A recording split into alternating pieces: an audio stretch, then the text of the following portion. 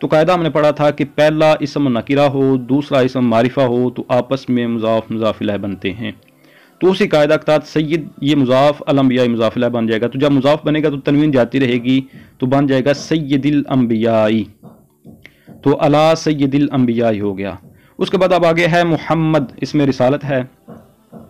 تو قاعدہ ہم نے پڑھا کہ پہلے لقب آئے اس کے بعد نام آ جائے تو آپس میں مبدل منہ بدل بنتے ہیں۔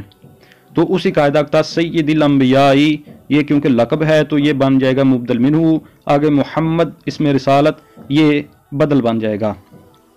تو آگے اگر اس کا مباد بھی کوئی تعلق ہے تو وہ بنا لیتے ہیں۔ محمد یہ اس میں معرفہ ہے، اس میں رسالت ہے۔ اس کے بعد ہے المصطفیٰ، تو یہ اسم ہے الف لام سے پتہ چلا، پھر اس میں معرفہ ہے وہ بھی الف لام سے پتہ چلا۔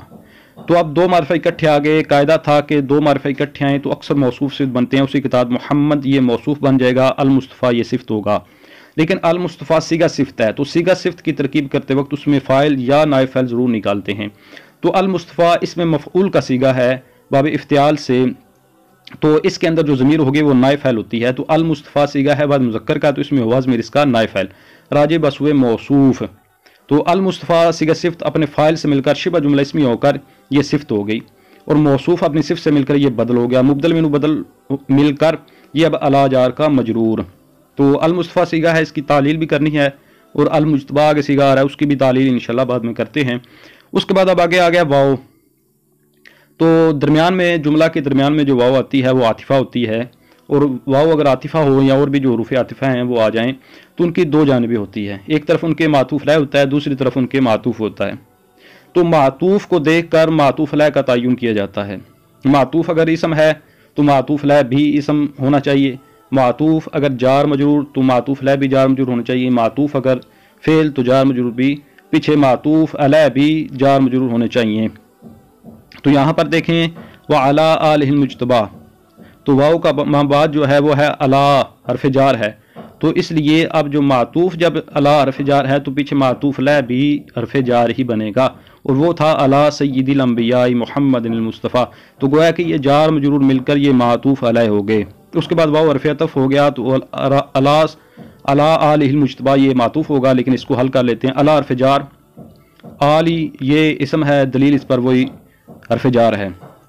تو اسم کے ساتھ جو ضمیر آتی ہے وہ ہم نے قاعدہ پڑھا تھا کہ وہ ہمیشہ ضمیر مجرور متصل ہوتی ہے، اور ترکیب کے اندر وہ مضاف الیہ بنتی ہے، تو اسم پھر مضاف بن جائے گا، آل اسم مضاف، ہا ضمیر مضاف الیہ، مضاف الیہ مل کر اب یہ کیا بنیں گے، تو اب یہ موصوف بنے گے۔ قاعدہ پڑھا تھا کہ اسم ہو اس کے ساتھ ضمیر آئے اس کے بعد آگے اس میں معرفہ آ جائے تو موصوف صفت بنتے ہیں، اسی کے تحت آل ہی یہ مضاف الیہ مل کر موصوف، ان کے بعد کیونکہ اس میں معرفہ آ رہا ہے المجتبی، تو المجتبی یہ بھی صیغہ صفت ہے، اس میں مفعول کا صیغہ ہے، صیغہ بعد مذکر ہے، تو اس کو بھی حل کریں گے تو اس کے اندر ہوا ضمیر اس کا نائب فاعل ہے، صیغہ صفت اپنے نائب فاعل سے مل کر شبہ جملہ اسمی ہو کر یہ صفت ہو جائے گی۔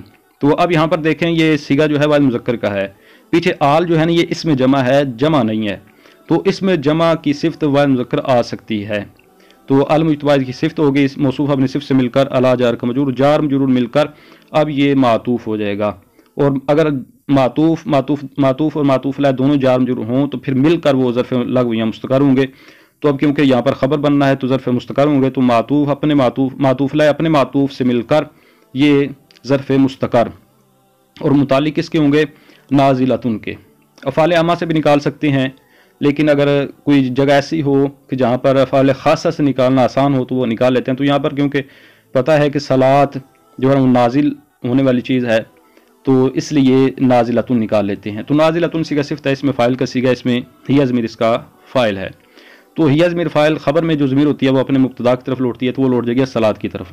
تو نازلتن صیغہ صفت اپنے فاعل سے مل کر شبہ جملہ اسمیہ ہو کر یہ ہو جائے گی خبر، مبتدا اپنی خبر سے مل کر جملہ اسمیہ خبریہ لفظاً عنوانا انشائیہ ہو جائے گا۔ تو اس میں ایک بات میں نے کہی کہ شبہ جملہ اسمیہ ہو کر، تو شبہ جملہ اسمیہ اس کو شبہ جملہ اسمیہ کیوں کہتے ہیں، تو اس کی وجہ تسمیہ کیا ہے وہ میں بتا دوں کہ اس میں دو باتیں ذکر کی کہ شبہ اور اسمیہ۔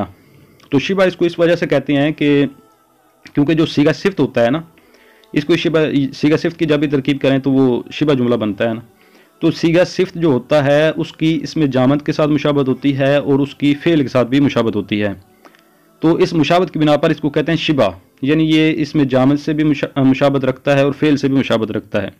اس میں جامد کے ساتھ اس کی مشابہت اس طرح ہوتی ہے جیسے کہا جائے نا انت رجل، انا رجل، ہوا رجل۔ تو اس میں دیکھیں انت کے ساتھ بھی راجل آیا، آنا کے ساتھ بھی راجل آیا، ہوا کے ساتھ بھی راجل آیا، راجل نہیں بدلا۔ یہ راجل کیا ہے؟ یہ اس میں جامد ہے، تینوں حالتوں میں راجل نہیں بدلا۔ اسی طرح انت داربن، آنا داربن، ہوا داربن، تو اب یہاں پر داربن بھی نہیں بدلا۔ تو جس طرح رجل نہیں بدلا تھا اسی طرح داربن نہیں بدلا تھا، تو یہ نہ بدلنے میں یہ دونوں ایک دوسرے کے مشابہ ہو گئے۔ تو یہ مشابہت ہے اس کی اس میں جامد کے ساتھ۔ اسی طرح اس کی فعل کے ساتھ بھی مشابہت ہے۔ فعل کے ساتھ اس کی مشابہت کیا ہے کہ جس طرح فعل کے اندر ضمیر ہوتی ہے اسی طرح صیغہ صفت کے اندر بھی ضمیر ہوتی ہے۔ تو صیغہ صفت کے اندر ضمیر کا ہونا یہ اس کو مشابہ بناتا ہے فعل کے۔ تو اس میں جامد اور فعل کے ساتھ مشابہ ہونے کی وجہ سے اس کو کہتے ہیں شبہ۔ پھر اس کے بعد ایک اور تھا کہ اسمیہ بھی اس کو کہتے ہیں۔ تو اسمیہ اس کو اس وجہ سے کہتے ہیں کیونکہ اس کی جو پہلی جز ہوتی ہے نا وہ اسم ہوتا ہے، تو اس بنا پر اس کو اسمیہ کہتے ہیں۔ آگے اس کا ترجمہ کرتے ہیں تو والصلاۃ علی سید الانبیاء محمد المصطفیٰ وعلی آلہ المجتبیٰ، رحمت کاملہ نازل ہو انبیاء کے سردار یعنی محمد صلی اللہ علیہ وسلم پر جو برگزیدہ شخصیت ہیں، اور آپ صلی اللہ علیہ وآلہ وسلم کی چنی ہوئی آل پر۔ تو اس میں رحمت کاملہ ترجمہ اس لیے کیا کیونکہ جب صلاۃ کی نسبت اللہ تعالیٰ کی طرف ہو تو اس وقت رحمت کاملہ مراد ہوتی ہے۔ اب آگے جو صیغہ ہے اس کی تعلیل کرتے ہیں تو المصطفیٰ صیغہ ہے، واحد مذکر اسم مفعول ثلاثی مزید فی ناقص واوی ہے، باب افتعال سے ہے۔ یہ اصل میں تھا مصطفیٰ، تو شروع میں الف لام لگا تو پھر بن گیا المصطفیٰ۔ تو المصطفیٰ میں یہاں پر تائے افتعال کو طوا سے بدلا۔ قاعدہ ہے کہ صاد، ضاد، طا، ظا ان حروف میں سے اگر کوئی حرف باب افتعال کے فا کلمہ میں آ جائے تو تائے افتعال کو طوا کرنا واجب ہوتا ہے۔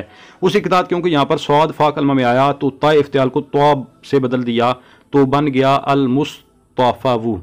اس کے بعد ایک اور قاعدہ ہے ناقص کے قواعد میں یہ آتا ہے کہ واو جو اصل میں تیسری جگہ پر ہو پھر آگے بڑھ جائے چوتھی یا پانچویں جگہ پر چلی جائے تو اس کو یا سے بدلنا واجب ہوتا ہے۔ تو اسی کے ساتھ یہاں پر بن گیا المصطفیٰ، واو کو یا سے بدل دی یعنی کہ المصطفیٰ بنا۔ اب یا متحرک ما قبل مفتوح مشہور قاعدہ اسے الف سے بدلا تو بن گیا المصطفیٰ۔ اب الف آخر میں آ گیا تو پھر خط کا قاعدہ ہوتا ہے۔ خط کے قواعد میں یہ آتا ہے، شافعی ابن عاجم میں یہ قاعدہ مذکور ہے کہ ہر وہ الف جو چوتھی جگہ ہو یا اس سے آگے ہو، ہر الف جو چوتھی جگہ ہو یا اس سے چوتھی یا پانچویں یا چھٹی جگہ پر ہو اور واو یا سے وہ بدل کر آیا ہو تو اس الف کو یا کی شکل میں لکھتے ہیں۔ تو یہاں پر دیکھیں المصطفیٰ کے آخر میں الف ہے، یہ پانچویں جگہ پر ہے اور یہ یا سے بدل کر آیا ہے تو اس کو یا کی شکل میں لکھیں گے تو اس کے تحت المصطفیٰ، یعنی پڑھنے میں تو وہی آیا لیکن لکھنے میں فرق آ گیا کہ اب ہم نے اس کو یا کی شکل میں لکھا ہے۔ اسی طرح آگے جو دوسرا صیغہ ہے وہ ہے المجتبیٰ۔ تو اس میں صیغہ کی تعلیل بالکل آسان ہے۔ یہ صیغہ واحد مذکر اسم مفعول ثلاثی مزید فی ناقص یائی ہے، باب افتعال سے ہے۔